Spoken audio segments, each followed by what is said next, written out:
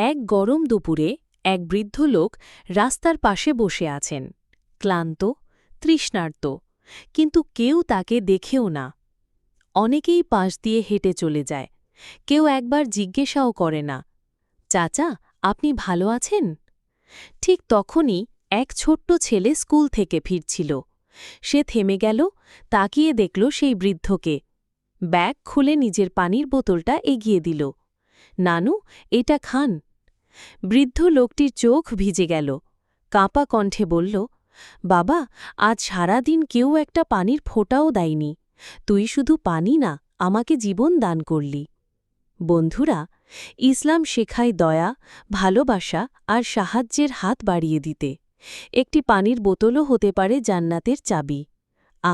আল্লাহ আমাদের সবাইকে ছোট ছোট আমল দ্বারা বড় পুরস্কার অর্জনে তৌফিক দান করুন। আমিন।